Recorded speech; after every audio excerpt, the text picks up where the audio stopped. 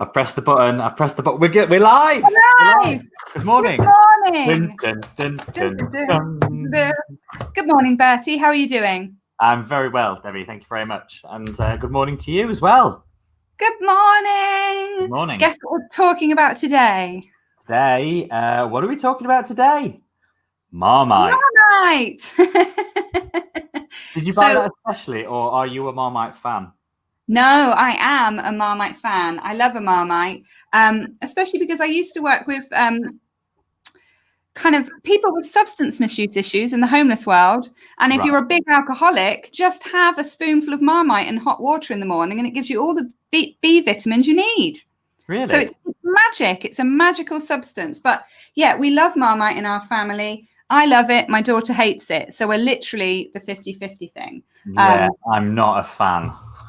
You're not a fan of Marmite. But this is what we wanted to talk about, wasn't it? The idea of being more Marmite with your marketing.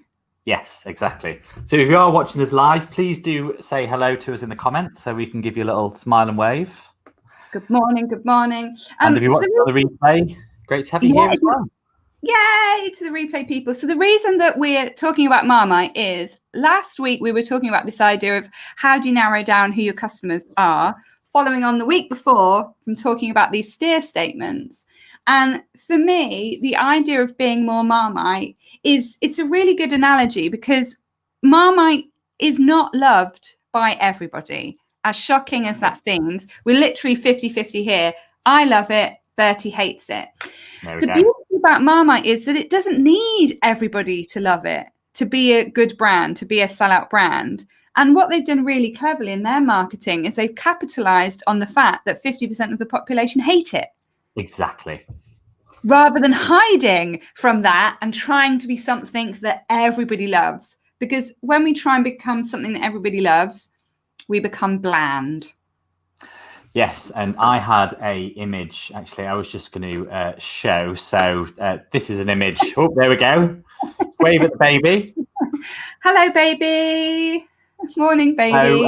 So in your marketing, this is one where a CMO friend used to use it in his presentations a lot. And basically, it's you've got love or hate, and you should always try and aim for one of those with your customers. Otherwise, you just sit in the middle. And what's in the middle? A dummy. So there you go. So many good analogies. And I think when people are running a business, it's terrifying, isn't it? Because you're running a business and you need to bring in money and you want it to be profitable. And there can be this feeling that, well, if I just create something that everybody likes and I just sit in the middle and I don't offend anybody and I don't really have opinions and I'm just kind of trying to appeal to all people, then that will make my business profitable. Because then everybody will love me. But the thing is, if people can't understand why you're different from other people or what's interesting about you or what's unique about you, and you don't bring those things out in your marketing, there's no emotional attachment. They can't build a relationship with you.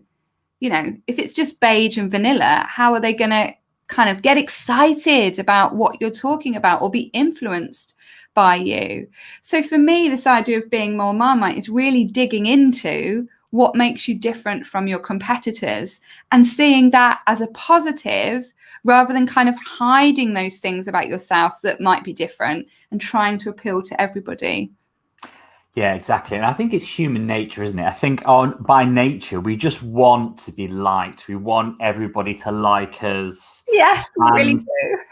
And I think when we start bringing it into business, it's like, especially because now a lot of the marketing that we do is on social, right? So you'll start on your personal social profile where actually you've built up this collection of people that aren't your customers anyway. They're people that probably you're just trying to keep happy, like people that you've had to add for political reasons as friends on Facebook and those distant cousins, etc. That are there. And then there's those people that you didn't really like at school that you just added anyway. So you've got this huge collection of people there that almost you start marketing to, and then it's like, oh, well, what if they say this and what if they say that? When actually, you should just and I'm not going to swear because it's against the LinkedIn terms and conditions on the lives. Well done for finding that. So I had to hold back then. Maybe we've done well so far. I don't think we've swore in these. We have done well. You're right. I think people do worry. If I put that out there, you're in a vulnerable position, aren't you, when you run your own business? Because you're putting yourself out there. You're saying, I'm an expert in this field, buy my stuff. This is the reason why I can help you. Whatever you're doing, it's vulnerable. You're putting your head above the parapet. You could be eaten by the lions and the bears. And so the idea really is to blend in, isn't it? That's our natural thing. It's the kind of fight or flight thing. Let's blend in. Let's be part of a homogenous mass. We won't stand out. The tiger's not going to bite my head off. But actually, if we want to run a successful business, you want the tigers to notice you in a way. There aren't any tigers that are going to bite your head off. And I think you're right. We have this natural inbuilt thing where we all want to be loved. And it comes back from kind of school. You know, it's horrible if you're bullied at school and if people say that you look stupid. And, you know, we were talking about wearing glasses earlier. You know, I had really skinny legs and glasses, and people used to call me double glazing and specky four eyes, and it hurts. And you're like, oh, please love me. And I think we carry that in. But actually in business, we don't need everybody to love us. And that's the difference. We just need some of those people to love us. And then they become those raving fans. They follow you everywhere. They buy all your stuff. They comment on all your social media. They tell all their friends about you because you make people feel something. I was chatting yesterday, in fact, to a lady, super competent, worked in corporate for years, terrified of taking her business onto LinkedIn because she doesn't want the people from that corporate world to see what she's doing now and have that water cooler moment where they bitch about her. But that fear of being herself and talking about the way that she can help people is holding her business back. Yeah. And I think it's a real shame when you let those fears hold you back from being truly yourself and communicating with people and letting them know that you can help them. Yeah. And it's so true, isn't it? When you think about the people that you follow personally on social media, like there is an emotional connection. You either love them and you'll recommend them, or then there's other people that just wash over and then eventually they just get unfollowed and you forget them. So it is really important to be different. It's a cliche, isn't it? Like we say it all the time, but I really do implore people to just sit back and think, actually, what is it that makes you unique? What is it that can actually make you shine? And start being like that. And like when I have discovery calls with new clients, I'm exactly the same as I would be during a coaching session. So if I get excited by the idea, then I'll get excited. And now and again, you know, the swearing comes out, the cursing happens.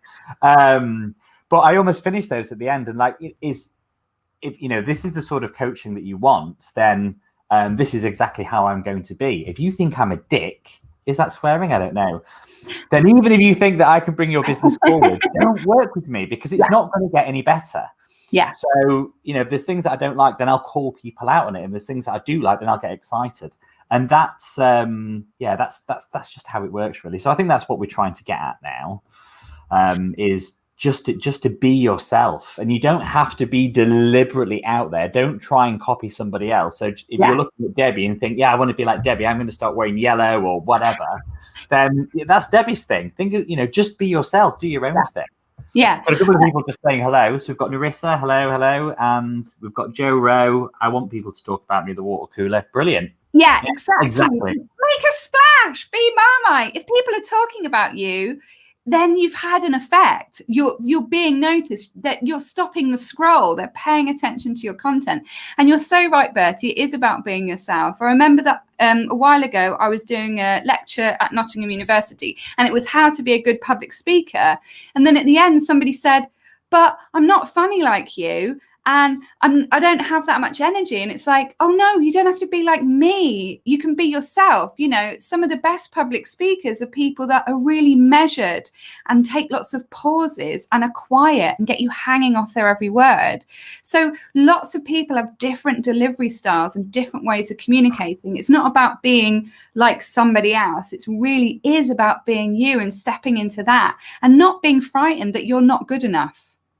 You are enough. Whatever you are enough. And people will want to work with you because you're you and because of the expertise you bring. Exactly. Everybody's audience is different, isn't it? So you're targeting your own audience. Yeah, exactly. If you start being yourself, you're not going to enjoy it. Dig in, niche in, find your space in the entrepreneurial world. So we're kind of getting to the end of our 10 minutes now. We are. We've got 10 seconds left. Being more Marmite. Let us know in the comments. Are you confident to be more Marmite? Are you more Marmite? How do you feel about that? Is it scary to be Marmite? What are we going to talk? Oh, we're not here next week. We're not here next week. No. Debbie's abandoned us for greater things next week. But the week after, we're going to be talking about money and being authentic. Yes, we are. So come and join us in a fortnight for 10 at 10 to talk about money and being more authentic. It's a juicy topic, isn't it, Bertie? We've got lots. It is. We've been excited about this one. So we nearly missed out Marmite and spoke about it today. We're that excited by it. So anyway, right, 10 minutes, 30 seconds is all right. Thank you for watching. Bye. Thank you. Until next time. Bye. Bye.